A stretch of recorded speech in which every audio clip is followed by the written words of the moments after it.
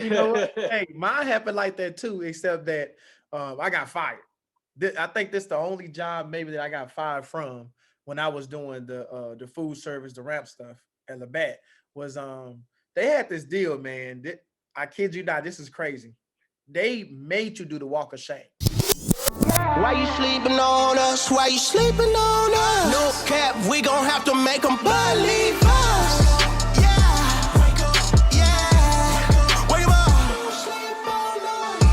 up, yeah. Okay. So when you go look for a job, because at this point, I told you my hip started hurting, I want to go do something else. This how I actually started hauling fuel. You know, that's how I got in the gas game. Was I applied for them, they was in a green sheet. You know, brother old, I guess. We have green sheets no more, I don't think. Yeah. But yeah, they was in the green sheets, man. And so I called them up, got the interview, all that. Well, here's the problem. You know, in trucking, they got to verify your experience. Yeah. Right? So soon as they get the call down in San Antonio, that was their headquarters, that you looking for a job, they walking you out. When you come on back in, they walking you out. Like it was, they was notorious for it, bro. Like they'll verify your experience when they got ready. So Right. leaving was always risky, but it's like you ain't got no choice. You know what I mean? You either gonna be a lifer or you say I gotta do what I gotta do. But yeah, basically, they found out, the supervisor told me, but he liked me so much that he was like, I'm gonna stall for him. You know what I mean? Stall for you. I'm like, I appreciate it. So they wouldn't verify my experience. So I asked him, is there any way you can do it? You know what I mean? Like, if I just gonna give you, your number, yeah, just tell them the truth. I've been there 3 years. You know what I mean? That's more than enough time because I only needed 2 years experience to go do the gas. And he was Right. like, yeah, I do that. And I still remember this. It was one day I came in from the shift. I think he was able to do it. I still don't know that. But I came in and he told me, put me in the office. He said, man, listen, unfortunately, they gave me an ultimatum. Because, you know, he had been stalling for like a couple of weeks. He said, they said it's either going to be me or you. I was like, man. I told him, I say, man, it's all good. It's nowhere in the world I would ask you, you know what I mean, to do that. I feel it. You know, I feel you. Just get on up out of here. And yeah, he gave me the walk of shame. It was just me or him. But yeah, what they would do though, they would always put one and one next to you, and they have you in the middle. Everybody already knew what time it was. And Yeah, they did that at Coke too. You know, they take because you had to have a keypad to get in there. So they want that keypad back. So they'll walk you from, and you see it, they'll walk you from the building all the way to the gate. You know what I'm saying? And then you got to give them the keypad through the gate. You know what I'm saying? They foul, like, bro. You see it all the time. You see it all the time. Yeah. They want that keypad back. So that's the best way they can do it. Nah, they want no excuse for us, bro. Want no keypad. You hear me? Oh. This was literally trying to embarrass you, trying to discourage you not to leave. You know what I'm saying? Because the only thing you had was we only had uniforms because the way ours was set up, you came in through the back gate and they had a guard there. They just let you in. There was no keypad. Once you got in, you park your car and just walk in the building because it was gated. You know what I mean? So you didn't need a keypad for anything. You was good. They just wanted to embarrass you, man. And that's crazy. I know. I know. It was like, that's cold-blooded, but this what happened. I don't remember the day though, like Friday, whatever. I don't remember. But I remember they finally canned me. I'm over here going to Jack in the Box. You hear me? Jack in the Box, like half a mile down the road. I'm like, I'm gonna go eat this up. You know, like, you know, a little sad. You know, be real with you. Like, I got 2 kids, got rent, got a car note, everything you saying. So I'm like, man, let me go give me some comfort food. When I go down Jack in the Box, and then the dude called me for the gas. Right then he said, hey, when can you start? Now. You know what I'm saying? Tomorrow. Yeah. Yeah. That's how it happened, man. It was crazy, man. Just got fired. Within 10 minutes, got a phone call from the next job. That's all right. That's all right. Yeah. All right. But yeah, so back to you though. You were saying that this is where you did that, you timed that up perfectly. Now this your first experience with reefer. That was the last thing that you were saying at PFG. Yeah. PFG, whatever. PFG. PFG. Yeah, everybody. Well, everybody know. Well, I guess PFG might be an East Coast thing, but it's similar to U.S. Foods, McLean, but they hear Cisco. If you didn't Cisco, hear me, huh? if you didn't hear me, they here too. They in Dallas, McKinney. Oh, they down there? Yeah, my homie, another trucker, he used to work for them here out of McKinney, the McKinney branch, but you know, the Dallas Fort Worth area. Yep. Oh, okay, okay. All right. Well, yeah, pretty much food delivery. Now that was a tough job. Uh, It was. cause everybody know the they got them ramps going down. The ramps coming out the back of the trailer. And you got to pull them down. Working to First of all, my you got to world. lift that thing. You got to lift it up first, and then pull it out. And then And then put it in the grooves in the little yeah, yeah, yeah, put it in the yeah. grooves too.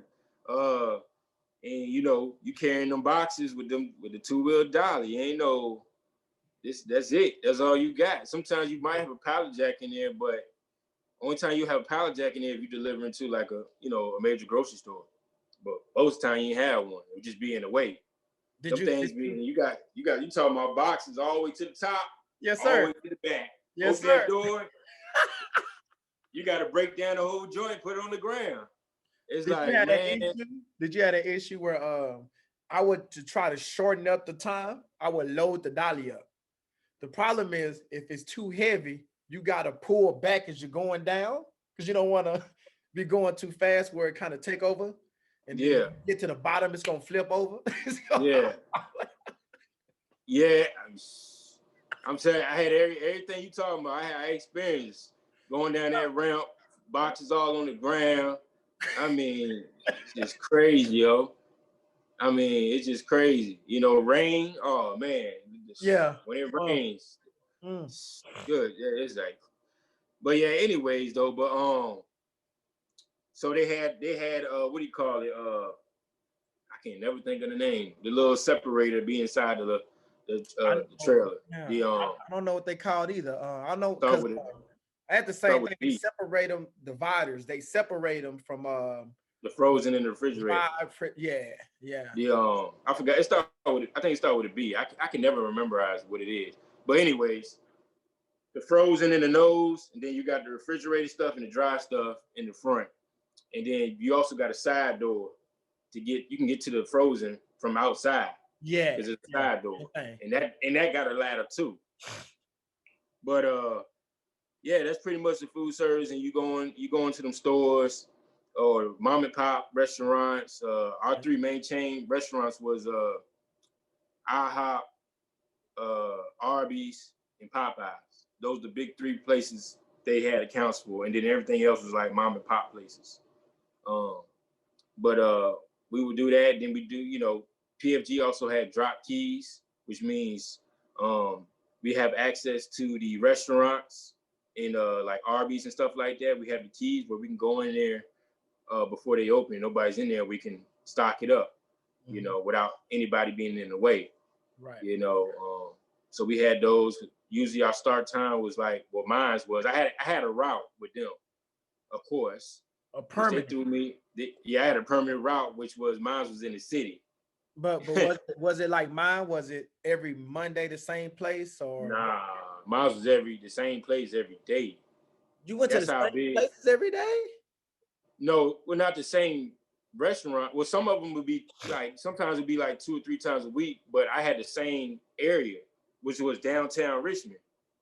So downtown Richmond, any city, period, you already know it's crazy. Yeah, they giving you the business. Yeah, traffic. Yeah. You got the downtown district. Yeah, that's what that was my route. They said I was doing so good at it, they just gave me the route. I was like, I didn't even want the route though. It was like, well, I was like, man, whatever, man. So pretty much my day started at 2 a.m. because I had to get in downtown before all that traffic. Yeah. And I would usually leave about once I got the hang of it, my day was over probably about 3-4 o'clock though. Man, what you mean, bro? That's 14 hours again.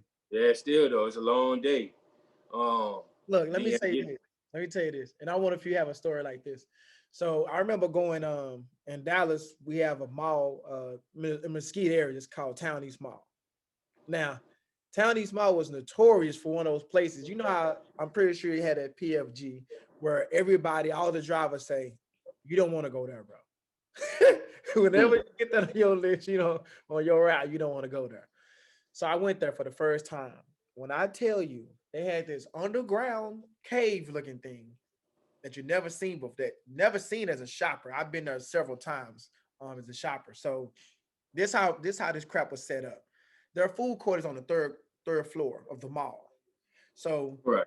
you load up outside in the dock area, but you know you still the ramp, you still the whole setup. You ain't got no dock, but the whole out there in the back. So you go through this underground, no exaggeration, it's about a half a mile. You walk through there, you go to the elevator that may or may not work today, but I was lucky enough it worked. Catch that to the third floor. Then you got to come out into the mall, go around to the food court, catch that elevator up. Well, I said third floor. It's only go up to the second floor. And then you go out the second floor, go around to that elevator in the mall where everybody's shopping, then get on that elevator, go up to the third floor. All that is on that one trip with that doctor that we just talked about. Just load it up. Yeah, you looking at about an hour for something for like, and they had small orders.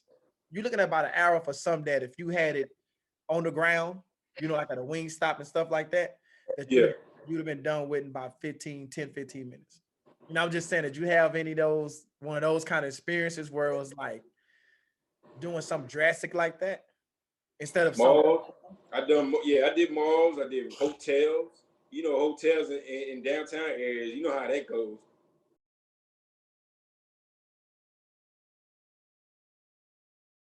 All you got is your $2, your little $2 thing, and you know, you put that bag of sugar on the wrong part of the dolly, it's gonna rip. Yeah. Man, I tell you, man, I have my share, man. I'm telling you, man. Man, you want to just leave the whole truck and everything, go home. And